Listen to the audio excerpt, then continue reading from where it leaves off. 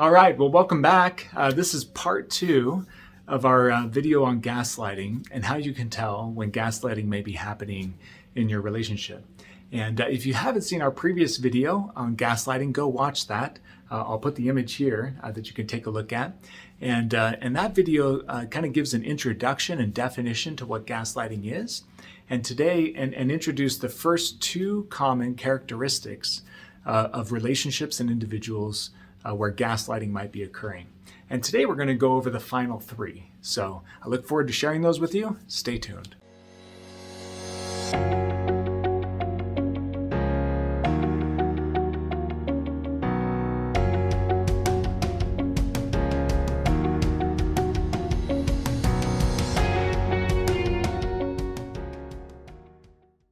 All right, so you remember in our previous video, we talked about the first two attributes of an individual and relationships wherein gaslighting might be happening. We talked about the attribute of being intentional and then the attribute of being malicious, right? That these are two signs and indicators that the gaslighting might be happening. Gaslighting typically is being founded upon an intentional or a knowing desire to get you to second guess yourself, to question your judgments and your reality. So it's intentional in that way, that it wants to try to get you to second guess yourself. And then it does that for malicious reasons, right? Somebody who's gaslighting has malicious and self-serving reasons to why they're doing the gaslighting. And so it's an indication that gaslighting is happening versus there's just some misperceptions or some miscommunications in a relationship. Those misperceptions and miscommunications are much more common than gaslighting is. And that's why we want to discern these. We want to understand a little bit the difference between when you're being gaslit by somebody or when they're gaslighting you versus when you might just be having some misperceptions in a relationship. And today we're going to go over those other three. So the next one then is this attribute of self-serving, right? So let's jump into this self-serving idea. And the reason that this is important is because a gaslighter is intentionally trying to get you to second guess your judgments, to confuse you, right? To feel a little crazy. And they're doing it for malicious and self-serving reasons, right? It's a malicious thing to try to get somebody to question their own reality for your own selfish purposes. And I want to talk about that self-serving piece to begin today. So one of the attributes that somebody's being self-serving in the relationship is they're only nice to you when you are serving them, right? So when you're focused on them and their needs, they'll be nice and pleasant to you. And when you're not focused on them and their needs, they're not so nice and pleasant to you. We talked about this a little bit in the intentional and the malicious attributes, right? The self-serving one, they really want you to figure out what their hopes and needs and desires and preferences are in the relationship. And they'll often be kind to you when you're focused on those, and then give themselves excuse to be unkind to you when you want to be focused a little bit more on you. So that's one indication. Another one is that they rarely ask about your needs, preferences, or desires, right? So when there's a lot of self-serving happening in the relationship, there's not a lot of concern about you as the partner. Much more of the energy is about me, the one that wants you to change for me. Becomes annoyed or angry when you express a need, preference, or desire, and especially if you express those preferences or desires infrequently. Right. So if you're demanding in a relationship, your partner might start to get annoyed with you because you're always asking for accommodation, right? But especially if you find yourself doing it rarely, right? That just every once in a while you bring up a preference or a need or a desire, and it's immediately met with defensiveness and resistance, irritability. It's a good sign that you're in a manipulative, unhealthy relationship where gaslighting could be occurring. A pattern of taking a lot and giving very little with you and others, right? So sometimes you'll notice this across the board, that you'll say, I think this person has a pretty self-serving personality, because it's not just with me, with other people too. They're very focused on themselves and on what they want out of relationships, and they're not very preoccupied with what other people might need or want. So that pattern of taking a lot and giving very little back can be a really common attribute of somebody who might be gaslighting in relationships.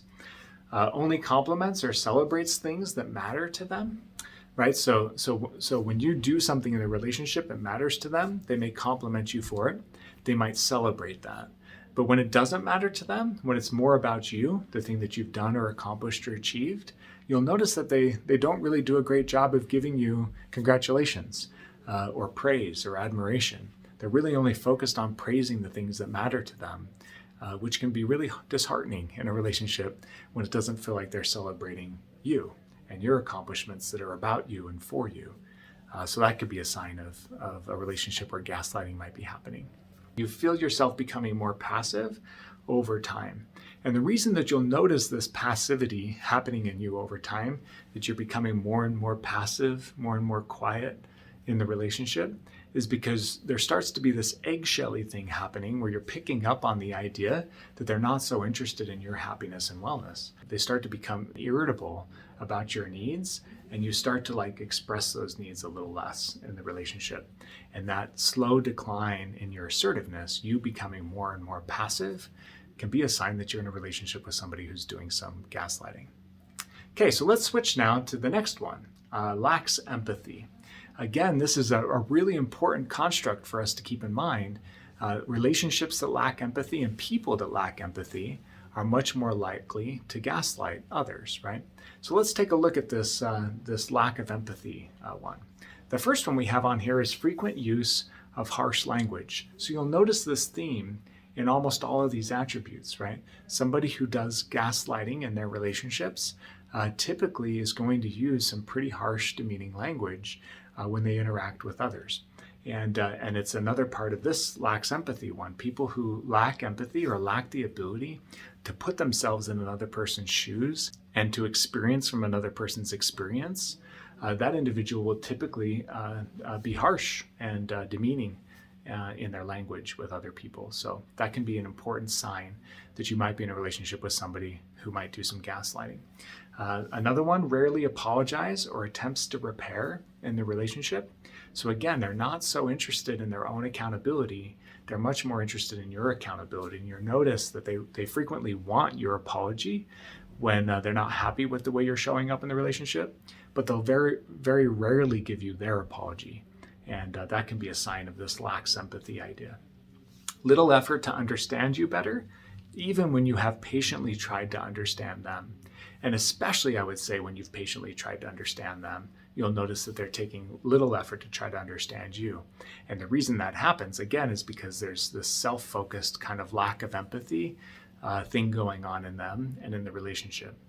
I'll mention really briefly, this looks for ways to punish you when you don't see their way.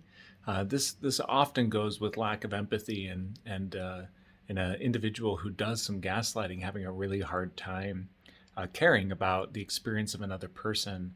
So using punishments to try to get the other person to adopt their style and their way of being can be a very common one.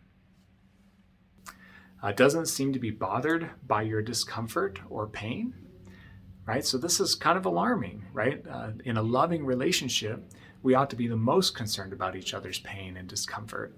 And you'll notice that in a relationship that lacks empathy, that doesn't exist as much. And it could be a sign that the gaslighting is more likely in that kind of a relationship. And then finally, threatened by outside opinions. And we talked about this one before as well, right? They're not really interested in you receiving empathy from anywhere, especially if the empathy that you're being given goes against them in the relationship, right? So if you have a friend that's coming in that's trying to give you empathy and kindness about some issues you're going through with your boyfriend, right? The boyfriend, if he's somebody who has a tendency to be manipulative and gaslighting, he's going to really struggle with you having that friend because he doesn't want that friend giving you empathy against him, right? He's only going to be interested in friends that might promote him in your eyes. So if you're getting comfort from somebody else about issues that you're going through in the relationship, a gaslighter is going to have issues with that person being in your life. So that's the lacks empathy one. And then let's jump into this final one, which is unhealthy relationship. And I have this one on here that in general, these are some additional signs of unhealthy relationships. And these additional signs of unhealthy relationships make it likely, if you relate to these in your relationship, it just increases the probability that gaslighting might be one of the tools being used in this type of an unhealthy relationship. So the first one then is attempts to isolate you. So isolating a partner is a common sign of abuse in a relationship, right?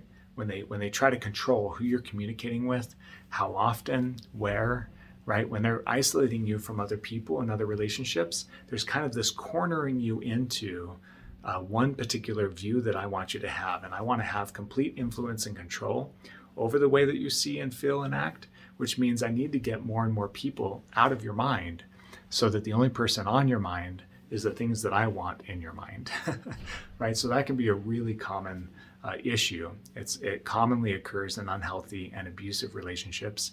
And in unhealthy and abusive relationships, the more unhealthy a relationship is, the more likely that gaslighting is happening, right?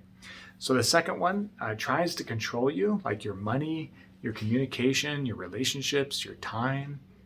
So we just kind of talked about this with relationships in general, right? And if you're seeing that in money, the way that you spend money, maybe even taking away your access to money, really unhealthy couples will do that. They'll control credit cards, they'll control bank accounts, right? Or they'll control phones, right? That you can only use the phone when I'm observing you, right? Or you can only call certain people and I'm going to watch and look at your call records and make sure you haven't called anybody that I'm okay with. That type of control is really unhealthy.